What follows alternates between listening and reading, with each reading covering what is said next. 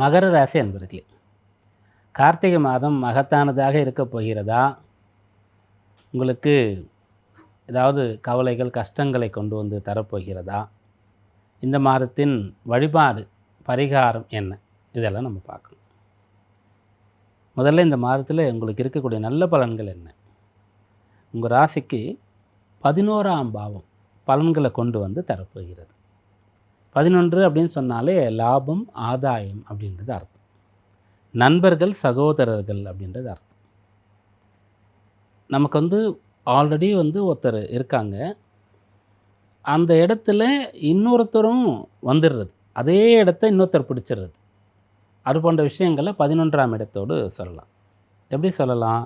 இதை அந்த இதில் என்ன சொல்லுவாங்கன்னா, சாஸ்திரத்தில் ஒருத்தருடைய இளைய தாரம்னு சொல்லுவாங்க. ஏன்னா கொஞ்ச காலத்துக்கு முன்னாடிலாம் ஒருவர் திருமணங்கள் ஒன்றுக்கு மேற்பட்டதை பண்ணக்கூடியது ஏற்றுக்கொள்ளக்கூடிய ஒன்றாக இருந்தது. அக்கா, தங்கை 2 பேருமே ஒருத்தர் கல்யாணம் பண்ணிக்கிற மாதிரி இருக்கும். அக்காவை பண்ணிப்பார், கொஞ்சம் காலம் கழித்து தங்கையை பண்ணிப்பார். அதனால் என்ன சொன்னாங்கன்னா, ஆல்ரெடி ஒரு மனைவி இருக்காங்கன்னா, இன்னொரு மனைவி ஸ்தானத்தில் இன்னொரு பொண்ணு வராங்கன்னா, அதை 11ஆம் இடம் சொன்னாங்க. அப்புறம் குழந்தைகள், ஒரு குழந்தை இருக்குது, அதன் பிறகு இன்னொரு குழந்தை பிறகுது. அப்புறம் எத்தனை குழந்தை பிறந்தாலும் இதுதான் எனக்கு குழந்தை, அதெல்லாம் அப்புறம் வந்ததுன்றதெல்லாம் கிடையாது. எல்லாருமே குழந்தைகள் தான்.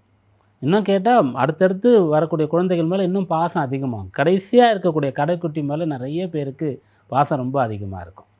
அப்படி ஒரு குழந்தை இருக்குன்னா இன்னொரு குழந்தை கிடைக்குதுன்னா 11ஆம் இடம். அப்படி உங்களுக்கு ஒரு வேலை இருக்குன்னா இன்னொரு வேலை, இதை விட சிறந்த வேலை கிடைக்கிறதுக்கான ஒரு வாய்ப்பு. பிஸ்னஸ் பண்ணிகிட்ருக்கீங்கன்னா அதோடு சேர்ந்து வேறு ஒரு பிஸ்னஸை ஆட் பண்ணிக்கிற மாதிரி ஒரு வாய்ப்பு கிடைக்கிறது. வாகனம் இருக்கும்போதே இன்னொரு வாகனம் வாங்குறது, இன்னொரு வீடு வாங்குறது, அப்படிப்பட்ட விஷயங்கள் எல்லாம் அந்த 11ஆம் பாவம் கொண்டு வந்து தரும். அது இப்போ உங்களுக்கு பலமாக இருக்கிறது, சாதகமாக இருக்கிறது. அதனால் யாருக்கெல்லாம் மேற்சொன்ன விஷயங்களில் எந்த பலன்லாம் தேவையோ அதெல்லாம் முயற்சிக்கலாம். ஆனால் முதல்ல சொன்ன ஒரு விஷயம் மட்டும் வேண்டாம். மனைவி இருக்கும்போது இன்னொரு மனைவி. அதுவும் கூட யாருக்கு வரும்னு கேட்டால், மனைவியோடு அவங்களுக்கு கருத்து வேறுபாடு எவ்வளவோ சமரசம், சமாதானம்லாம் முயற்சிகள்லாம் செய்து எதுவும் எடுபடாமல் மாதக்கணக்கு, வருடக்கணக்கு கூட பார்த்து கடைசியில் வேறு வழி இல்லாமல் விவாகரத்து பண்ணிட்டீங்க. அப்படிப்பட்டவர்கள் மறுமணத்திற்காக பார்க்கும்போது ஒரு பொண்ணு வருவாங்க. அதே போல் பொண்ணுக்கு திருமணம் தோல்வியில் முடிஞ்சிருந்து மறுபடியும் ஒரு வாழ்க்கை கிடைக்கக்கூடிய ஒரு அம்சம் இருக்கிறது. இது கிடைக்கும். அதுபோல் வாழ்க்கை துணையை பிரிந்தவர்கள், அதுபோல் இழந்தவர்களும் கூட இன்னொரு திருமணத்திற்கான ஒரு யோகத்தை இந்த மாதத்தில் பெறுகிறீர்கள். அப்போது அப்படி ஒரு தேவை இருந்தால் தான் அதை நம்ம யூஸ் பண்ணணும். அப்படி இல்லாமல் பண்ணும்போது இந்த 2 குதிரையில் சவாரி பண்ணுறது அப்படின்னு சொல்லுவாங்க. 2 படகுல ஒருத்தர் சேர்ந்து கால் வச்சுட்டு போனாருன்னு சொன்னால் அவர் போய் சேர முடியுமா? அப்படின்ற மாதிரி ஆகிடும். அதனால் சில விஷயங்களை தான் நம்ம ஒன்று இருக்கும்போது இன்னொன்று ஆசைப்படணும். அப்படிப்பட்ட ஆசைலாம் இந்த மாதத்தில் உங்களுக்கு நிறைவேறப் போகிறது. ஃபஸ்ட்டு விஷயம் என்னென்னா, உங்களுடைய ராசிக்கு 11ஆம் இடமான லாப ஆதாய ஸ்தானத்தில் உங்கள் ராசிக்கு பிரதானமான மிகச்சிறந்த யோக பலன்களை தரக்கூடிய கிரகங்கள் சேருகிறது. 11ல் கிரகங்கள் இருந்தால் பலன் கிடைக்கும்ன்றது எடுத்துக்கலாம். ஆனால் அது இருக்கக்கூடிய கிரகம் என்ன அப்படின்னு பார்க்கணும். அப்போ எவ்வளவு பலன் கிடைக்கும் அப்படின்றத பார்க்கணும். உங்கள் ராசிக்கு 9, 10ன்னு சொல்லக்கூடிய வீட்டிற்கு அதிபதிகள் புதன் மற்றும் சுக்கிரன். இவங்க 2 பேரும் இந்த 11ஆம் இடத்தோடு சம்மந்தப்படுறாங்க. அப்போ 9, 10ஆம் அதிபதிகள் போய் 11ஆம் இடத்துல இருக்கிறது அப்படின்ற மாதிரி அதை எடுத்துக்கலாம். அதற்கு குரு பார்வை கிடைக்கிறது அப்படின்ற மாதிரி எடுத்துக்கலாம். அப்படி கிடைக்கும்போது ராசி அதிபதிக்கும் குரு பார்வை கிடைக்கிறது. அவர் 3ஆம் இடத்துல இருக்கார். அப்போ நீங்கள் ஒரு பெரிய நல்ல பலன் கிடைக்கிறதுக்காக ஆசைப்பட்டு மனப்பூர்வமாக முயற்சிகளை பண்ணுறீங்க. அதில் வெற்றி கிடைக்கும். இதே விஷயத்தை நீங்கள் வெளிநாடு போகிறதுக்கான முயற்சியாகவும் எடுத்துக்கலாம். ஒரு பெரிய நிறுவனத்தில், அதாவது இந்த இடத்துல வேலை பார்க்குறேன்னு சொன்னாலே ஒரு மதிப்பு கிடைக்கும், ஒரு கௌரவம் இருக்கும். அதுபோல் இடத்துல வேலைக்கு நீங்கள் முயற்சி பண்ணுறது. இந்த இடத்துல நான் படிக்கிறேன், அந்த காலேஜில் படிக்கிறேன், அப்படிப்பட்ட ஒரு யூனிவர்சிட்டியில் படிக்கிறேன் அப்படின்னு மற்றவங்க கேட்குற மாதிரியான ஒரு இடத்துல படிக்கிறதுக்கான முயற்சி பண்ணுறது, இதெல்லாம் செய்யலாம். நல்ல வசதி படைத்தவர்கள், பொருள் படைத்தவர்கள் இது போல் இப்போ தான் ஃபஸ்ட்டாக இந்தியாவுக்கு கொண்டு வராங்க டெஸ்லா கார்னா, நான் போய் வாங்க போகிறேன். ஐஃபோன் இன்றைக்கி தான் லான்ச் பண்ணுறாங்க அப்படின்னு சொன்னால் நான் அது வாங்கிட்டேன் அப்படின்னு உடனே ஸ்டேட்டஸில் போடுறது, அந்த ஃபோன்லேயே எடுத்து. அதுபோல் விஷயங்களை செய்ய முடியும். இப்படி இந்த மாதம் வந்து அவரவருடைய நிலைக்கு ஏற்ப நல்ல லாப பலனை தரப்போகிறது. லாப ஆதாய பலனை தரப்போகிறது. பொருளாதார ரீதியாக உங்களை பலப்படுத்தப் போகிறது. உயர வைக்கப் போகிறது. இது வந்து பிரதானமான நல்ல பலனாக உங்களுக்கு சொல்லலாம். நண்பர்களை கொடுக்கும்னு சொன்னோம். அப்போது நிறைய நபர்கள் வந்து அறிமுகம் ஆவாங்க. அப்போ நீங்கள் அவங்களோடு நல்ல ஒரு நட்பை வளர்த்து கொண்டு பரஸ்பரம் 2 பேருக்குமே அதனால் நன்மை கிடைக்கும். அந்த நண்பர்கள் அப்படின்னு சொல்லக்கூடிய ஒரு விஷயம் வந்து 2 பேருக்குமே நன்மை தரக்கூடியதாக இருக்கணும் அப்படின்றது தான் சரியாக இருக்கும். அப்புறம் சகோதரர்கள். சகோதரரோடு உங்களுக்கு வந்து இதுக்கு முன்னே அந்த அளவுக்கு பெருசாக டச் இல்லை.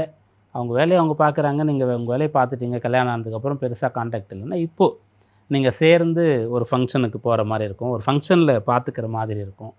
நீங்கள் சேர்ந்து உங்கள் வீட்டில் ஒரு நல்ல காரியம் பண்ணுற மாதிரி இருக்கும். அப்போல்லாம் வந்து நீங்கள் ரொம்ப நேரம் ஸ்பெண்ட் பண்ணி பேசுவீங்க. நிறைய விஷயங்களை வந்து ஷேர் பண்ணிப்பீங்க. இதே போல் இருந்தால் என்ன அப்படின்னு சொல்லி உங்களுக்கு அந்த ஆசை வரும். அதனால் அவங்களுடைய தொடர்பு வந்து தக்க வைத்துக்கொண்டு அதை வந்து இன்னும் பேணி பாதுகாக்க உங்களால் தொடர முடியும். இந்த பலன்லாம் உங்களுக்கு வந்து கிடைக்கிறது.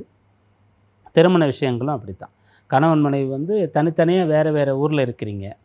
ஒன்றா சேர்ந்து இருக்க முடியல.